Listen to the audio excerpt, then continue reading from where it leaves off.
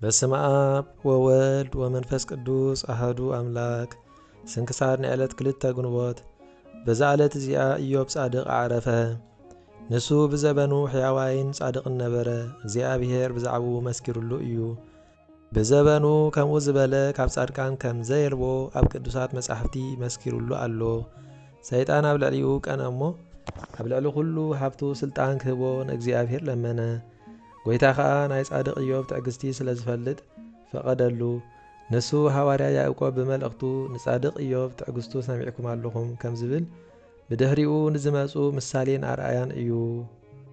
ኩሉ ሃብቱ እንስሳታቱ ደቁ ብሓንቲ መዓልቲ ጠፍኡ ተወድኡ፣ ንሱ ጥራሕ እውን ኣይኮነን። መሊሱ እውን ስጉኡ ብሕማም ቁስሊ ካብ ርእሱ ክሳብ እግሩ ተወረ። ኣብዚ ከቢድ ሕማም ብትዕግስቲ ንእግዚአብሔር እናኣመስገኖ ነበረ። ኣብ ልዕሊ ፈጣሪኡ ፈጺሙ ዋላ ሓንቲ ሕማቕ ቃል ኣይተዛረበን ኣይማረረን። እንታይ ደኣ ነታ ዝተወልደላ መዓልቲ ረገማ። ኩሉ ሃብቱን ንብረቱን ምስ ጠፍአ እግዚኣብሔር ሃበ፣ እግዚኣብሔር ከዓ ወሰደ። ስም እግዚኣብሔር ንዘለኣለም ይኽበር ይመስገን በለ። ኣብዚ ስቓይ እዚ 3 ዓመታት ኣብ ጐዱፍ ተደርቢዩ ጸንሐ። ተግሳጽ 3 ዓርኽቱ ከዓ ከፍኦ። ሰበይቱ እውን ንኣምላኽካ ክሓዶ ኢላ መኸረቶ።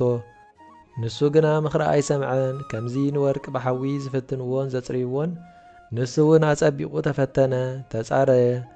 ካብኡ እግዚኣብሔር ብደመና ተዛረቦ፣ ካብ ሕማሙ ከዓ ፈወሶ።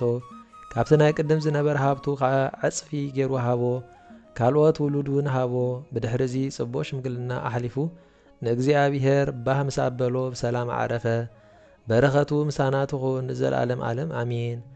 ሰላም ለኢዮብ ዘጥበበ ሰማይ ንድቅ ወዘወይነ ትፍስሕት ዝቅ ኣክሊለ ሕይወት ነስአ ወዕድሜ መዋዕድ ርሁቅ ብህማም ወተጽናስ ተመኪሮ ዝንቱ ጻድቅ ከመ በእሳት ይትሜከር ወይትፈተን ወርቅ። በዛ ዕለት እዚኣ ቅዱስ ኣቦ ቴዎድሮስ ረድኡ ንኣባ ጳኩሚስ ኣዕረፈ። እዚ ቅዱስ እዚ ጽሙድን ትሑትን ሕያዋይን ተጋዳላይን ተኣዛዝን ብኩሉ ምግባር ሰናይ ከዓ ፍጹምን ነበረ። ብንእስነቱ ከሎ ኣብ ኣባ ጳኩሚስ መንኰሰ።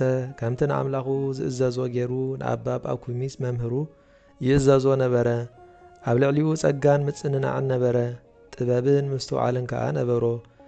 ስለዚ ከዓ ንሱ ንእሽቶ ጎበዝ ከሎ ኣባ ጳኩሚስ ኣብ ልዕሊ ኩሎም ኣሕዋት ክምህሮምን ክመኽሮምን ሓላፍነት ሃቦ። ድሕሪ ዕረፍቲ ኣባ ጳኩሚስ ከዓ ኣብ ከክንድኡ እዚ ኣባ ቴዎድሮስ ኣበ ምንየት ተሾመ። ንሱ በዓል ብዙሕ ትሕትናን ትዕግስትን ነበረ። ካብ ክብሪ ዝዓለም ከዓ ይሃድም ነበረ። መልእኽቱን ተግባሩን ፈጺሙ ናብቲ ዘፍቅሮ እግዚኣብሔር ከደ። በረኸቱ ምሳና ትኹን ንዘለዓለም ዓለም ኣሚን። ሰላም እብለ ቴዎድሮስ ወራስየ ሲመተ ጳኩሚስ ዘነስአ ድህረ ሆር ለባሲ እንበለ አጽርኦ ይጥቀነ ለእግዚአብሔር ነጋሲ እምጊዜ ጽባ እስከ ሰዓተ ዕለት ይመሲ ትግሃ መላእክት አጥረየ እንዘ ውእቱ ብእሲ። በዛ ዕለት እዚኣ 12 ነፍሳት ምስ ኣባ ኤሲ ሰማዕትነት ተቐበሉ። በረኸቶም ምሳና ትኹን ዘለዓለም ዓለም ኣሚን። ምስጋና ንኣብን ወልድን መንፈስ ቅዱስን ሎምን ኩሉ ሰዓን ዘለዓለም ዓለም ይኹን። ስንክሳር ንዕለት 2 ግንቦት ተፈጸመ።